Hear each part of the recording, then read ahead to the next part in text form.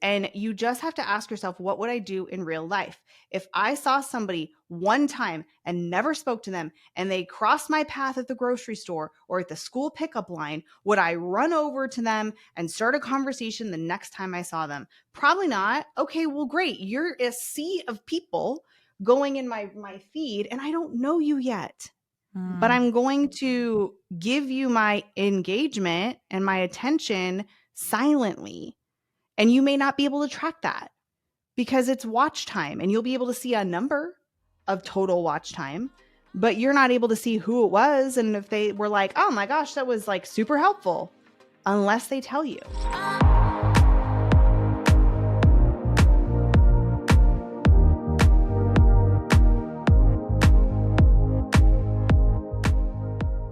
Hey guys, welcome back to Real Estateable, your go-to podcast for raw, real, and relevant information in the real estate world.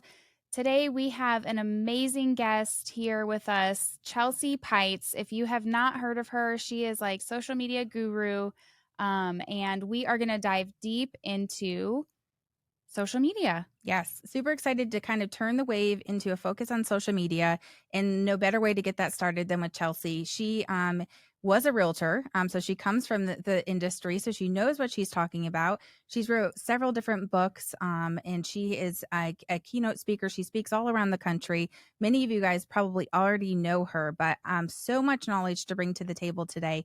We're so excited to share everything that she has. All right, give it a listen. All right, guys, we have Chelsea Peitz here today with us to talk to us about all things social media. Yeah, she is the queen of social media. We're super pumped to have her with us today. Been looking forward to this for a while. Yes. I was telling our podcast production team, I was like, one of our shoot for the stars people is Chelsea Peitz. Yes. Like, I was so excited when you said yes. I was so like, did a happy dance, literally. Yeah. And Oh my gosh, that's the kindest compliment ever. Thank you. I'm so excited to be here. Yes. Thank you for the invitation. Yes, absolutely. So we've read through kind of your bio and everything, and we just wanted to kind of have you start with your story. Like, what's your background, your family? How did you get started? Just tell us a little bit about that. Absolutely. So I was a realtor Mhm, for a lot of years. I started well before social media existed. I never intended on being involved in social media. I never thought I would speak about it. I certainly never thought I would write multiple books about it.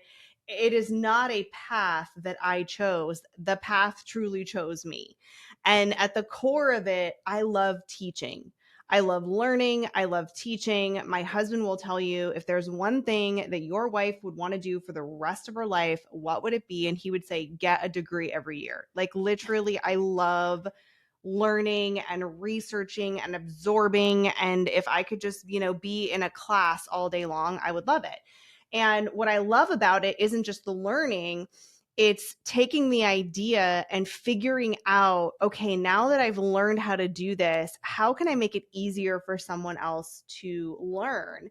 And I think the reason that I like that part of it, where people can have sort of this unlock, this unsticking, the aha moment, is because for many, many years, I believed that there was something weird or wrong or not good about my brain and how I learned and processed things.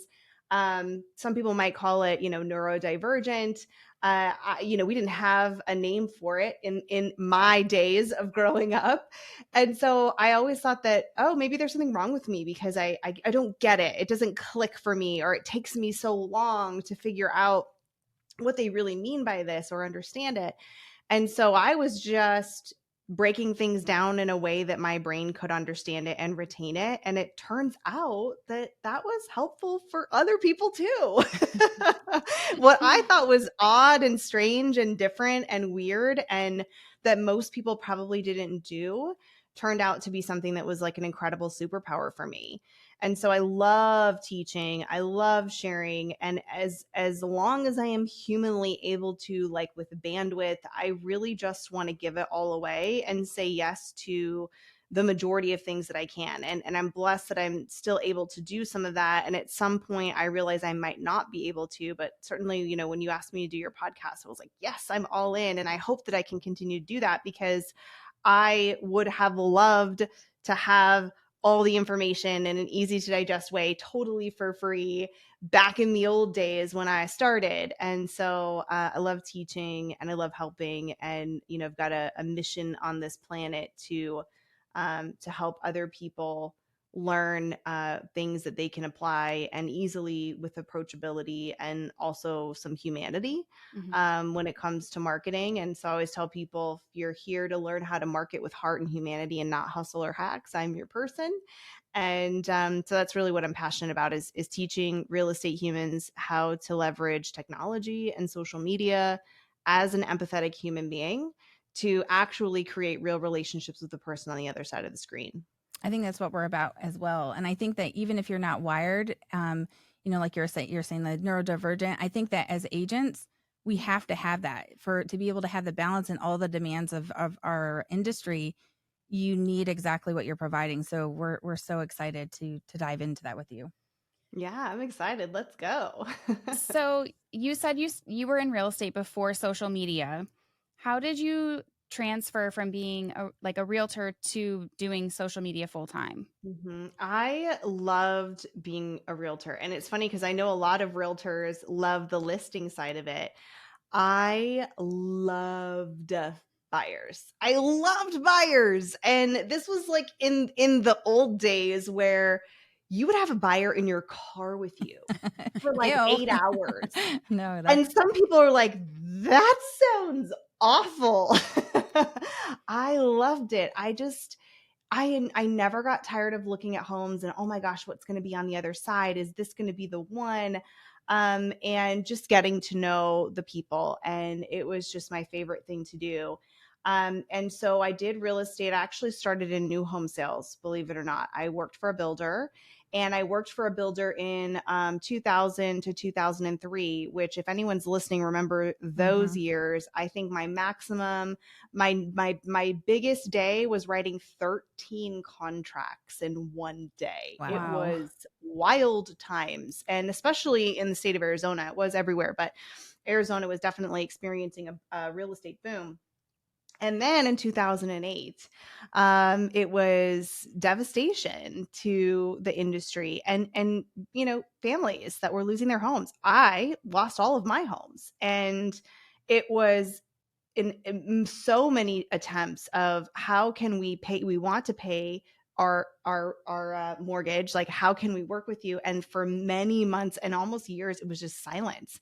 And so many of us lost our homes because we couldn't afford the payment, we couldn't sell it, it was upside down, the type of loan product, and or you just couldn't get a hold of anyone. So it was very frustrating and very sad. And I really just didn't want to sit across from another family who was losing their home and not be able to help them. So I wanted to stay in the industry, and I didn't know what I was going to do. And I said, okay, universe, take me where I'm going. And I ended up in an opportunity to work with realtors and help them to find more business and to market. So I was a marketing director for a very large Fortune 250 company. And I didn't know anything about marketing or social media. But if it's one thing I can say, is that if you've made the decision to do it and all you have to figure out is the how, well, that's probably the easy part, right? I think the decision of figuring out if you are going to make this big change is the hard part. And so I'm like, well, I'll just figure out how. And so I just figured out how. I was like, I'll just try this and see what happens and research. And, you know, I love learning. And one person turned into 3, turned into 30, 300, and 3,000. And I was hosting classes. I was teaching people how to do things on social media. And so it just sort of found me. And I never thought I would be speaking on stages to people. It didn't even cross my mind. That was never something. I was going to be a therapist, actually. That's what I really wanted to do. And I kind of joke and tell people that I went into real estate. So it's basically like the same Yeah, thing. the same. Well, and I think you definitely found and landed right where you were supposed to be, for sure, just from like your approach and like the heart for teaching others, like you expressed too. I agree. So I know one thing, I mean, we just came from that conference. So we talked a lot about multiple topics. A lot of people are scared to do social media. They don't like how they look, they don't like how they sound, they don't know what to post, when to post, reels, video, not video. So I would say, what would be some of your top strategies that you would suggest that realtors either start doing or continue doing? Hmm. Well, I think as somebody who is working with this industry, it's my responsibility to really understand the limiting beliefs, the fears, some people call them pain points. That is a really important thing to understand. And I'm giving you sort of a social media content lesson within the lesson here, because a lot of people will say, and you might have even heard this at your conferences, you need to know who you're talking to, who Mm-hmm. your ideal audience is. And that is true. And what's really important is understanding how your audience feels. And I think sometimes we get like the template of fill out, like, imagine you're talking to one person and it might be like age, are they a parent, etc.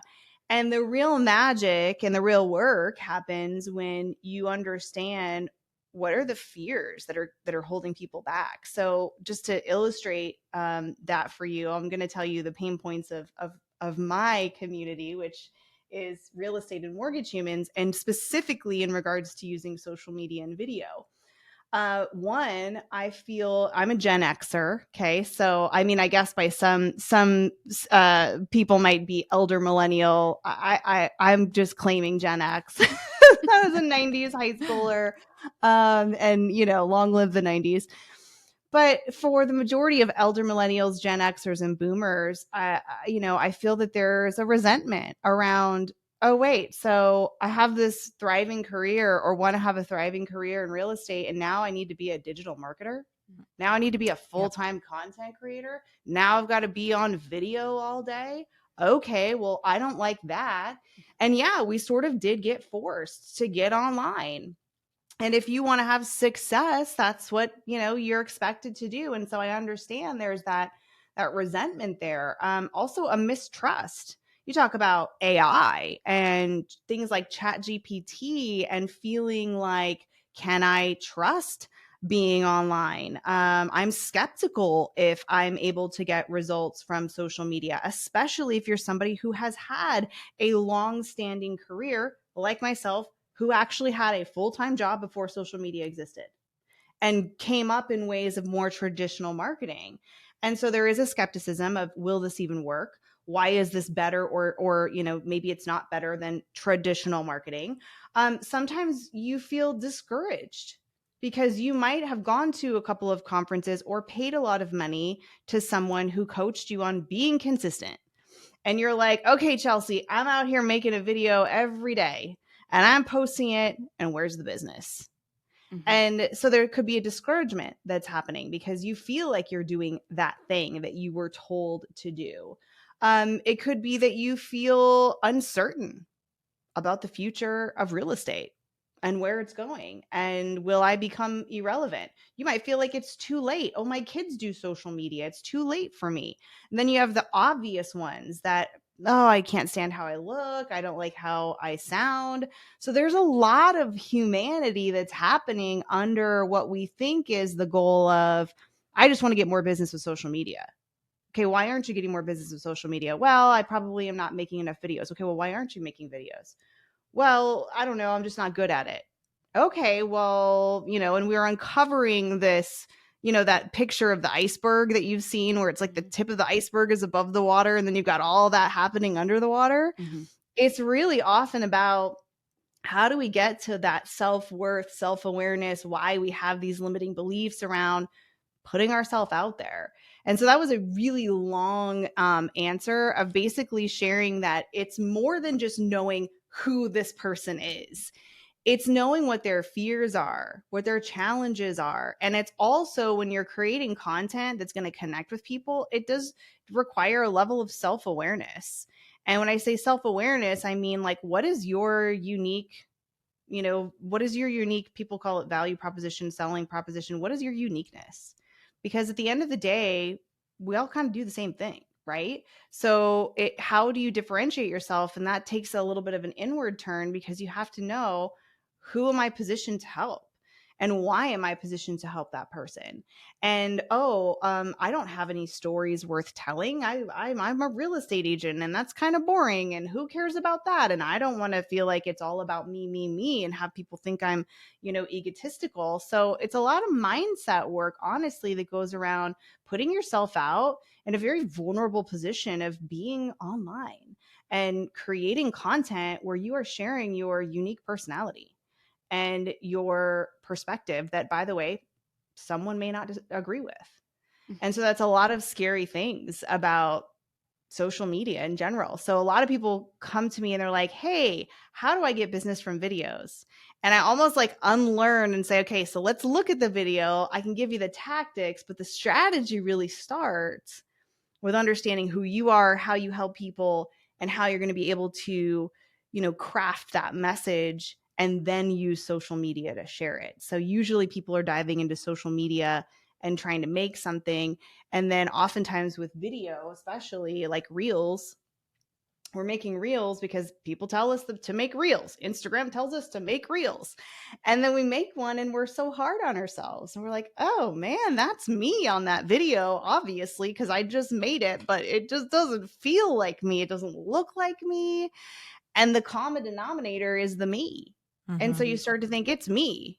No, probably not. And we can even dive into some tactics around, what it is that might be making that misalignment between the recorded self or the online you and the offline you. And so I'm kind of like, I don't know, the social media therapist maybe.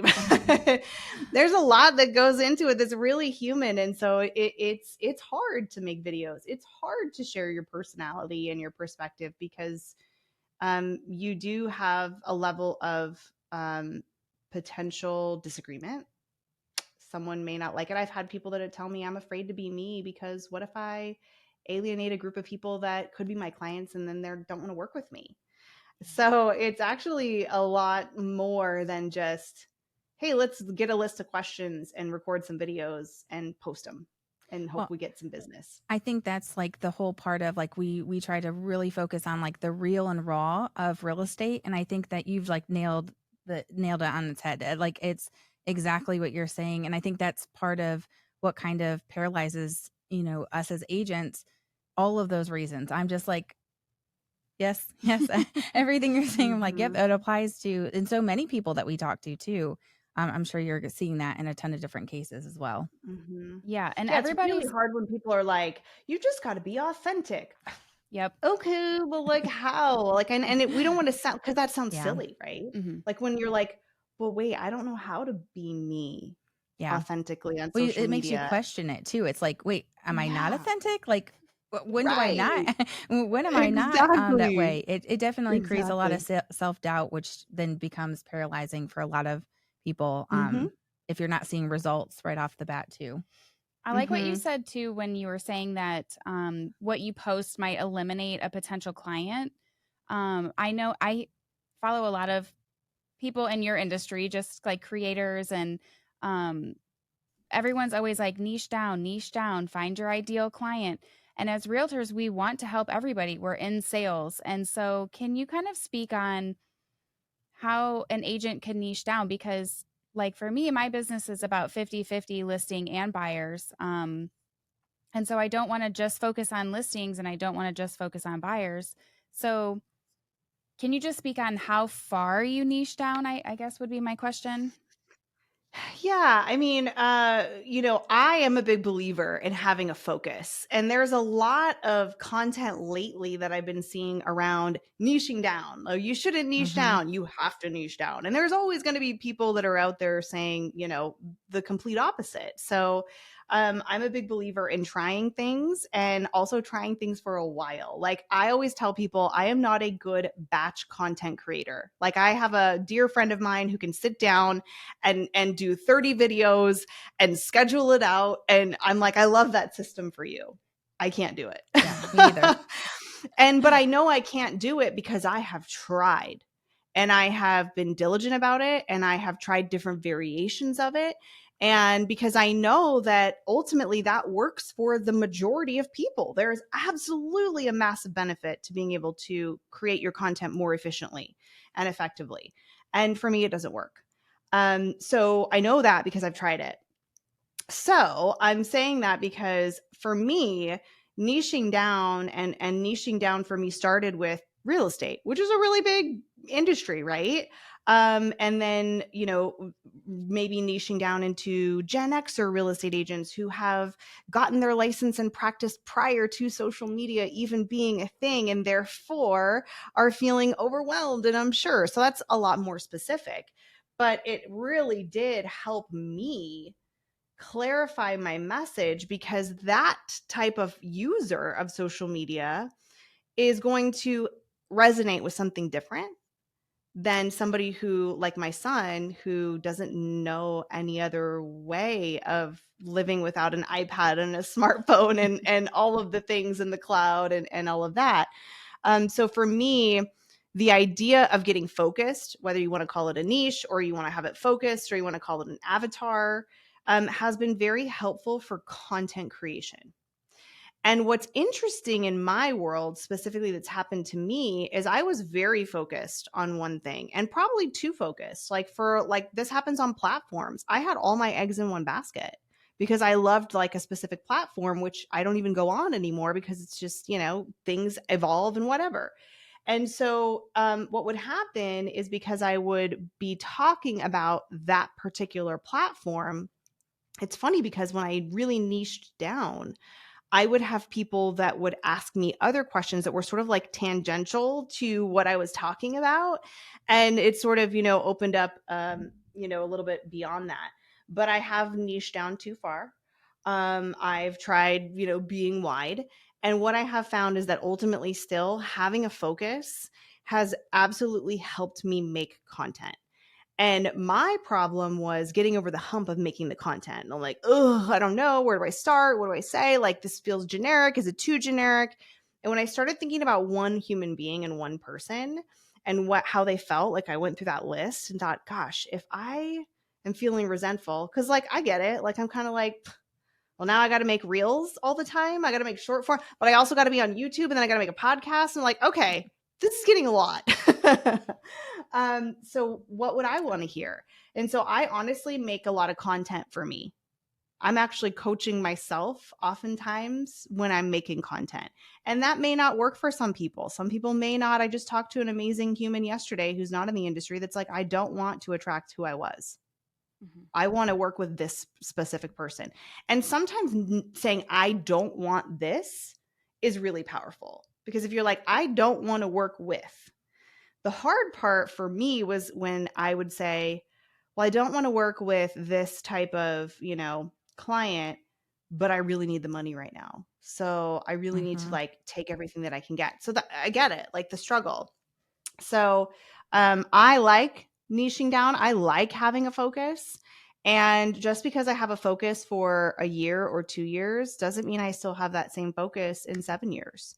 We evolve as human beings. My message has evolved immensely from when I started. And that's because I'm changing and growing as a human being every month, every year. And so you can start with something and you can also work into something else. Like, I don't think you're ever going to be stuck in one thing. And, it's great if you're known for that because you're known for that. That's awesome. It doesn't mean that you can't also be known for other things. And I'm living proof of that because I was very known for one platform that I don't even use anymore. Mm-hmm. I wouldn't recommend the way I did it because I did put all my eggs in one basket, but I learned a lot from it. We were just talking about that yesterday because I'm definitely more like resonating to exactly what you're saying. I'm like, okay, we just because we've done it this way forever does not mean that we can't do it better.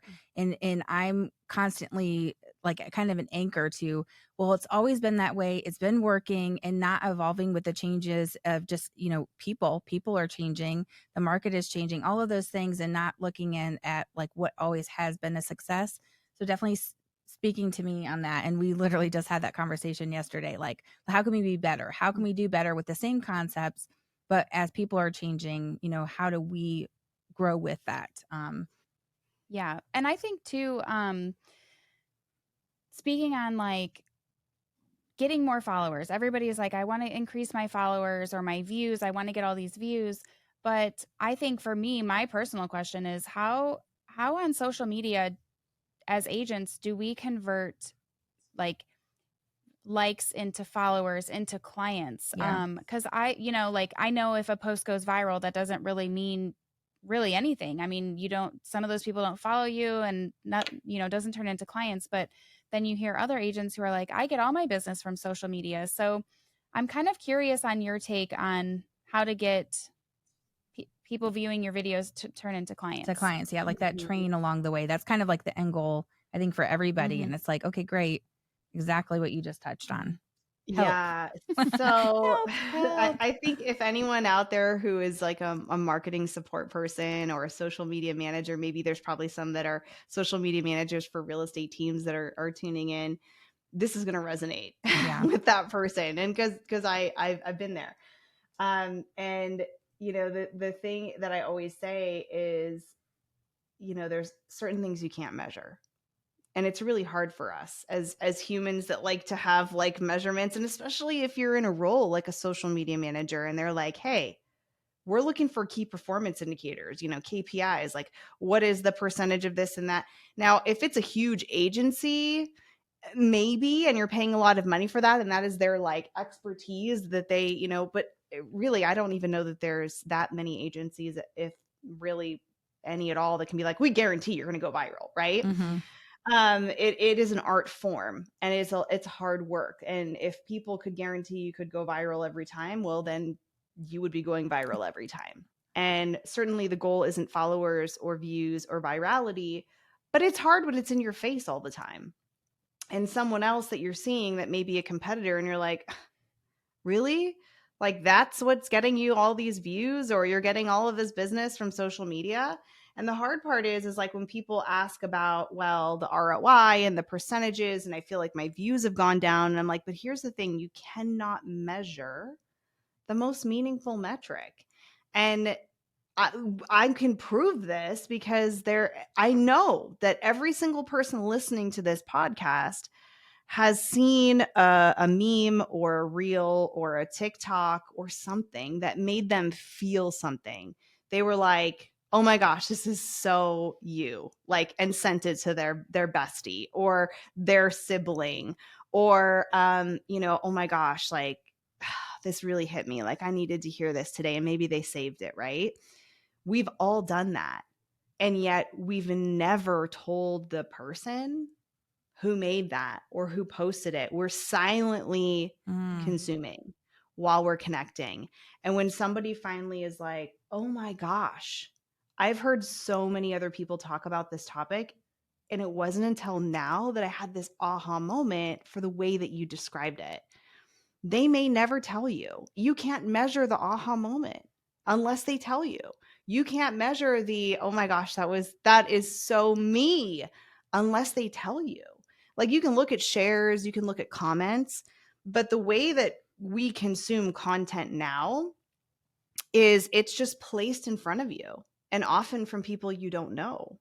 And so the benefit of that is discovery and new people coming into your community for free. No need to place an ad to get your content out to new people. Love that, right? The potential downside is that discouragement around, where's my engagement? Where's my views? Where's all of this? How come it's not converting? Well, what would you do in real life?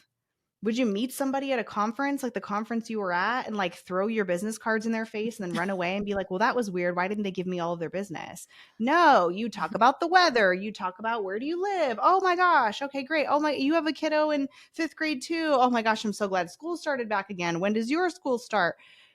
That you connect with people. It takes time, right? So the idea of being able to measure all the things and guarantee, like, if you do this hook and you do this many seconds, it is going to turn into a no. It's a human being on the other side.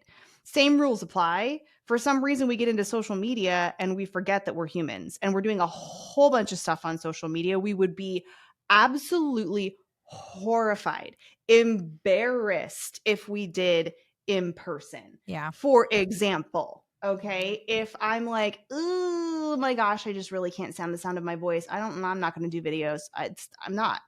Okay, what would you do in real life? You're going to meet a client and they're asking you a question and you're sitting at the cafe or at Starbucks and they're like, I don't know, I've been seeing all these headlines. Is now really a good time for me to buy? I mean, are the mortgage rates going to go down? Are they going up? What's happening? And you're like furiously writing on your piece of paper and you're silently sliding it across the table. And it's like, listen, I've got a really good answer, but here's the thing. I have heard my voice. It's terrible. How about you talk and I'll write? But so Yeah, no, true. we wouldn't do that. So true. No, we wouldn't do that. But we use that all day long on social media or, all of these other things about like outsourcing or whatever it is. And you just have to ask yourself, what would I do in real life? If I saw somebody one time and never spoke to them and they crossed my path at the grocery store or at the school pickup line, would I run over to them and start a conversation the next time I saw them? Probably not. Okay, well, great. You're a sea of people going in my feed and I don't know you yet. But I'm going to give you my engagement and my attention silently. And you may not be able to track that because it's watch time and you'll be able to see a number of total watch time, but you're not able to see who it was. And if they were like, oh my gosh, that was like super helpful, unless they tell you. And when the pandemic happened, it got even worse because we weren't going to conferences. We weren't going to school. We weren't running into people. So we had this world where you would run into people and they'd be like, oh my gosh, I love the videos of you and your dogs. And you're like, you do? Oh my gosh, I didn't even know you were watching because they're not commenting, but you still got some feedback every once in a while. And then we went into this world where we weren't even seeing people and we weren't getting any feedback. And so we were like, is anybody out there? Like, am I just making videos for the world to see? And yeah, you have to like put in your mental, in your data bank, in your mind that like people are silently consuming while connecting. And it's taking longer because they don't know you yet and they need to grow that like, no trust with you. And so you have to keep showing up. And I literally had somebody who for 8 years watched my content, saw me speak live, and literally never talked to me for 8 years and then hired me. I mean, not ideal, right? Like, I'm not saying, okay, great, I have to wait 8 years, but I'm just saying that people are watching and they may not be engaging in the way that you're hoping for them to. And the best way to get more engagement is to give it. And so my question always is, when somebody has a question about engagement, yes, we can diagnose and look at your hooks and look at your captions and all that. But how much time are you spending supporting other people's content with intention? People that you want to build a relationship with, people that you want to be seen by, because that is how they're going to then see your content in the future if you engage with them. And then they are going to also engage with your content. So you kind of have to be the step first person to focus on elevating your engagement, and then it will come back to you as well. So all of that to say, views, okay.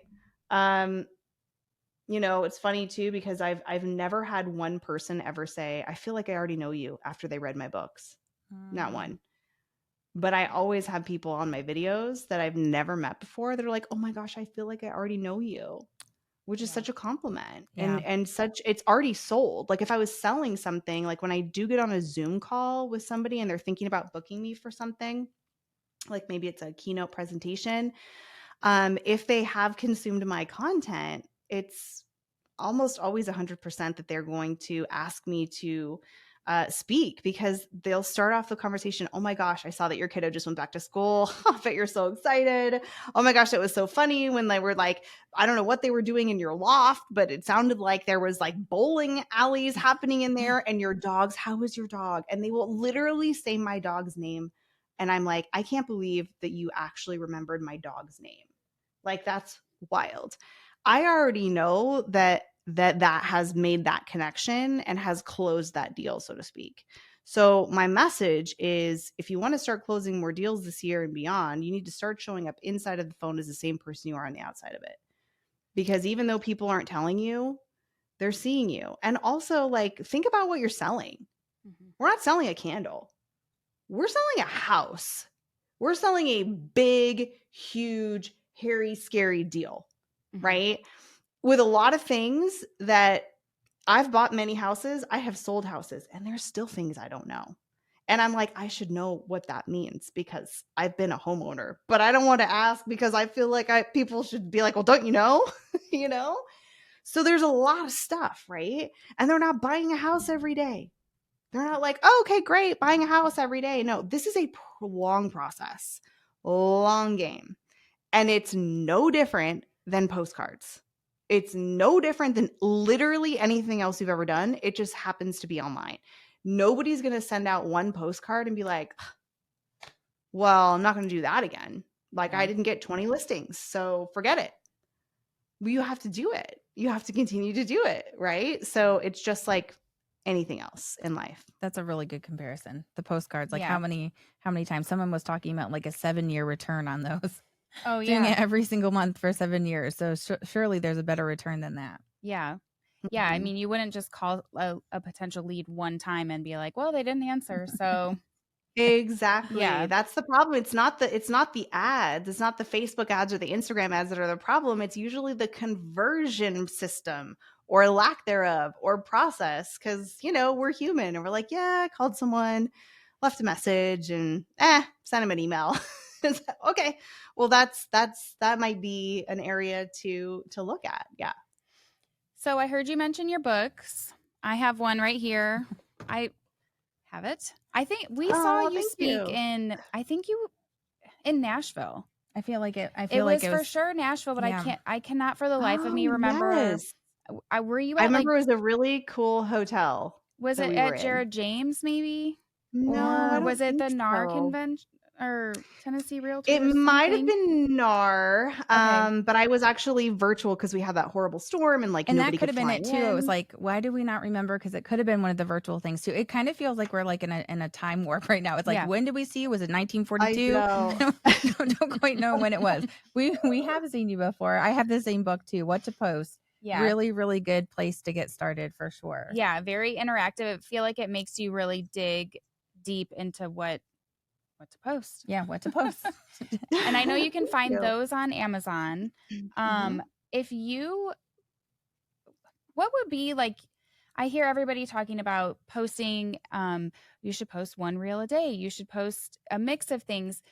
And I feel like the answer is probably post according to your lifestyle and your time and everything. But is there like a magic secret sauce of posting, if you will?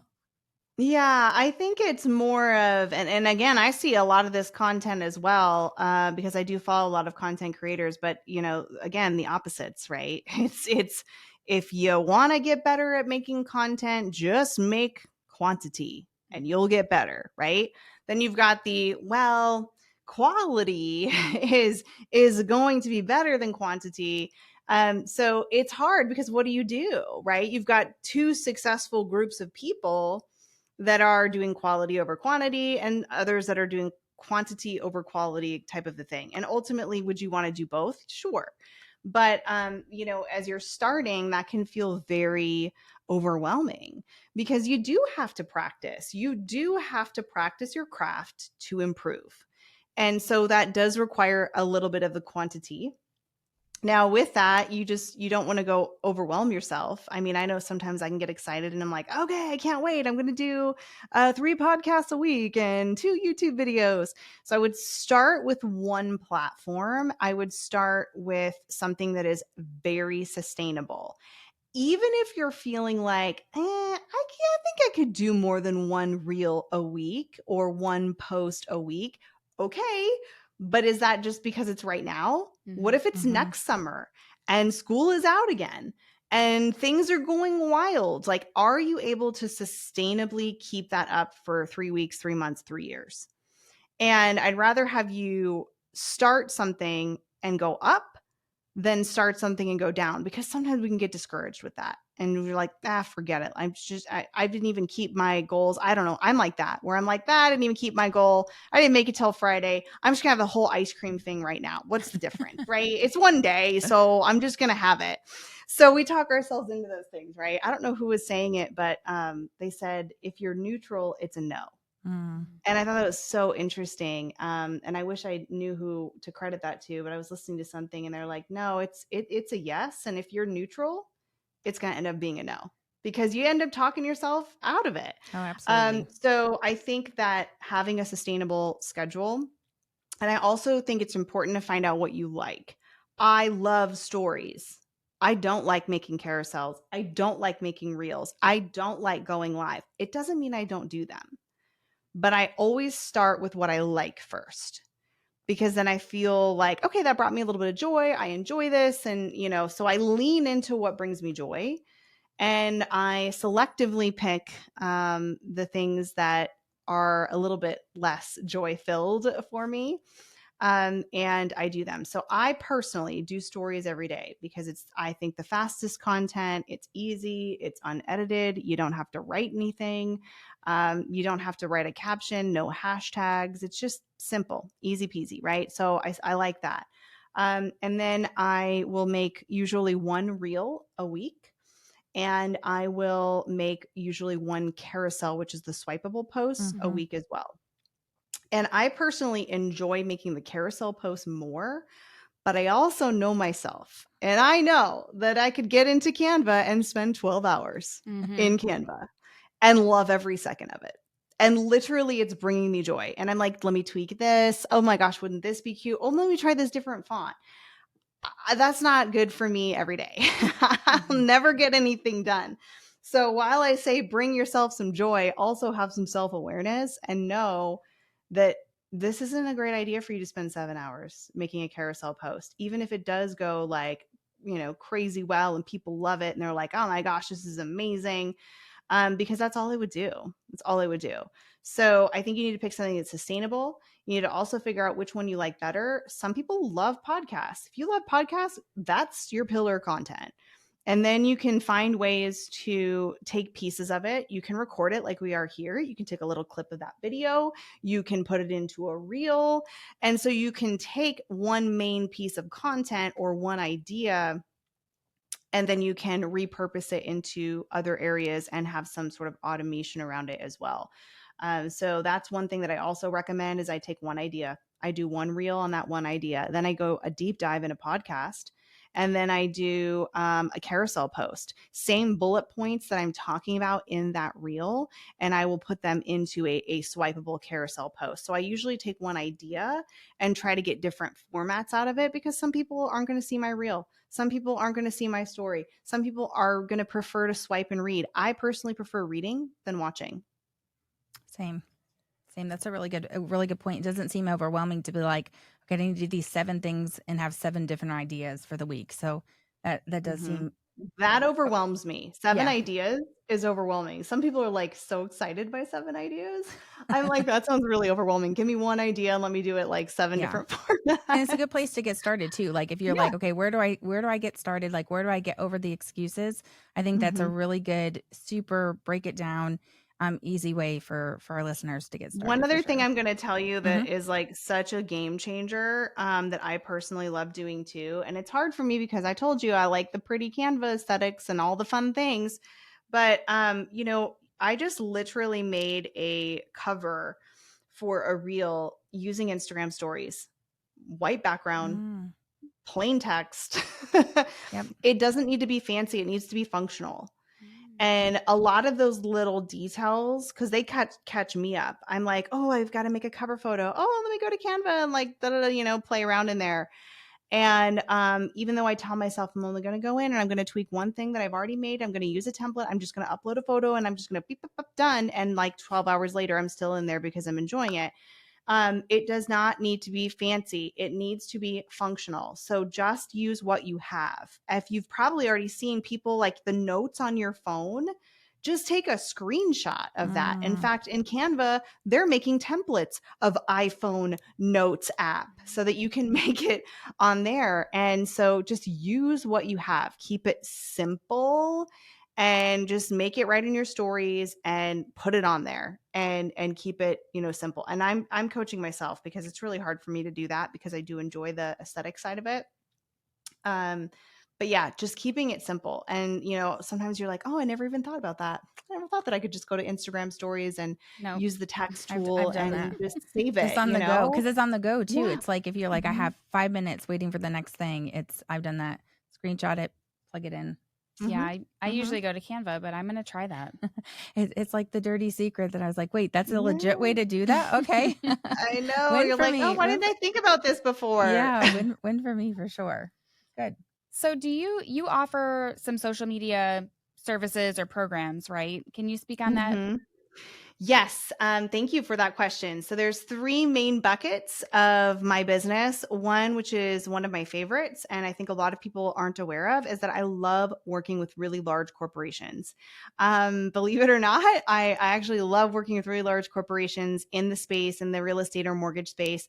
And what I do for them is help create coaching curriculum for their entire employee base on how to use social media to generate business with heart and humanity, and to get their sales forces on video and to be actually creating content that's providing value to their ideal audience. So, same concept, but just at a corporate level. And then my second bucket is coaching, and that's small group coaching and working with real estate humans and mortgage humans in a small group setting. It could be workshop style, like a master class, or it could be like a series where it's maybe like 5 or 6 Zoom series week to week. And then lastly, speaking is a huge part of what I do and what I enjoy doing. And I do a lot of keynote speaking, virtual and also in person. So if there's any event coordinators or planners or companies that are looking to hire a dynamic speaker, that's always something that I love to talk about as well. That's amazing. So where can our listeners find you? Probably Best everywhere. place to connect with me is Instagram. I'm Instagram. on all the things, LinkedIn, Facebook, but I spend the majority of my time on Instagram. And I love Instagram specifically for getting to know me because of stories. Because stories is truly the behind the scenes, real unedited version of me. And all of my content is, but that's really where you can be in my sacred spaces with me and see my co-stars. Like this morning, I was doing my kiddo's hair for picture day and I hadn't even had my coffee yet. So that's where I always tell people is the best place to get to know me the quickest, so you can start to feel like we already know each other. That's awesome. Where are you speaking like between now and the end of the year? Do you have anything lined up in like the I next 6 months do. that we could be? I'm like super curious Yes. because I'm like definitely want to see you in person. So what do you have lined up? I'd love to. I'm actually going to be going to the real estate event in the Dakotas. So South Dakota, Cool. Dakota and North Dakota. And I've never been and I can't wait. So that's happening in September. I'm also going to be speaking here in Arizona, which is kind of a exciting thing because I'm always traveling to do speaking and I live in Arizona. So it feels really weird when I'm speaking at an event and I'm like, wait, I don't have to go to the airport today. Yeah, that it has to be so nice So too. that's going to be in September 21st. And I actually share all of my upcoming events in my monthly newsletter. I do a newsletter with my podcast episodes. I do one for all of my upcoming events, whether it's live or virtual. And then one where I'm really just giving my favorite content tips. So if you want to sign up for that, go over to Insta. You can also go over to my website, which is chelseapeitz.com, and you can sign up for all that information there. Running there now. Yeah, literally. Awesome. Well, we just really want to say thank you so much. Like I said, you were one of my shoot for the stars people to ask to be on the podcast. So we just really appreciate your time and letting us grill you with all the questions. I enjoyed it. Grill anytime. Thank you so much for having me on. It's been awesome. Thank you so much. Yay! That was so good. So good. Thank Yay, you. thanks for Seriously. having me. Yes. Yeah, let me know when it's going to come out. I would love to see you guys in person. So if you're Yes. going to any upcoming events, let me know. If you know anybody that's having an upcoming event that's looking for a speaker, I'd love to talk with them. I'm actually booking out for 2024 right now, so I would love to see you at an event. Yes. Yeah. We'll make some connections. I appreciate it. Yeah. Yeah, thanks so much. Awesome. All right. Thank you. All Thank right, you. friends. We'll talk soon. See you later. See you. Bye. Today was so great. Chelsea Peitz was just breaking it down for us. We both felt like beginning stages of just overcoming objections. That was a great episode. Yeah, I agree. I think my biggest takeaway was when she was talking about the postcard. And if you were to actually, two takeaways: the postcard saying, if you mail one postcard, you probably aren't going to get 50 listings from that one time. It's got to be that consistency, and people are watching you, even though they may not be commenting or may not be converting to clients or following, but you'll still show up on their feed. Well, and that's so true, because I think that we think results are driven by reactions, and that's so not true. The other day, talking about a client that just sent me an awesome referral, and I had been following up, doing all of the things that we talk about for 7 years with no interaction, and then got a really great referral from her. Like, she had been listening the whole time. So it's the same kind of concept. And I think that just having that real conversation with Chelsea really broke that down to like, okay, guys, it is working, just because those numbers might not actually be ticking to viral status. It's not the whole point. It's connecting with people, just like our postcards. Yeah. And I think too, just when she talked about being authentic, you hear people say that all the time: show up on social media the way that you are, be authentic, authentic. Well, when she talked about meeting somebody at a coffee shop, and if they asked you a question, she was like, would you write it down on a piece of paper and pass a note back and forth?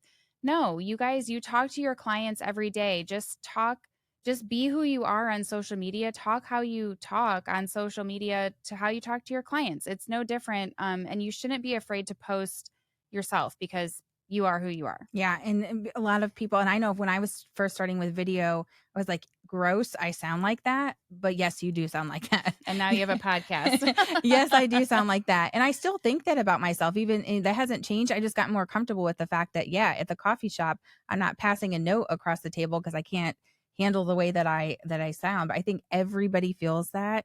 And just feeling like heard and understood with Chelsea has me super motivated to really just do it.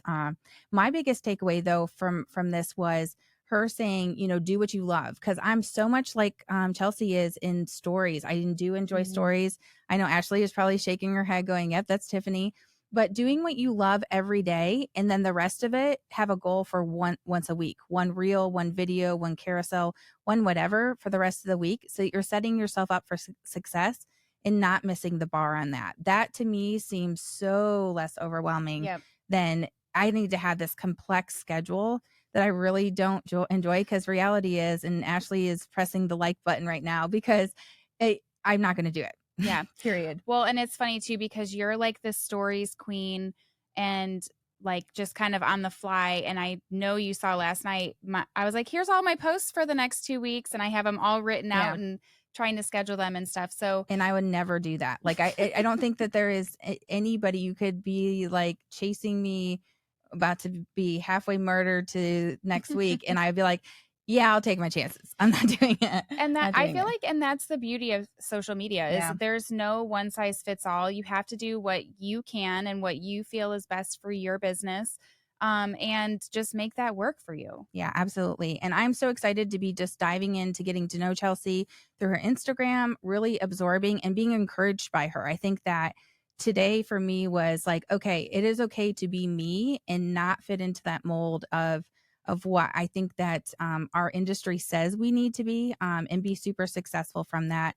If 7 years takes for a postcard to get returned, 7 years on social media, I'll take that return too. Yeah.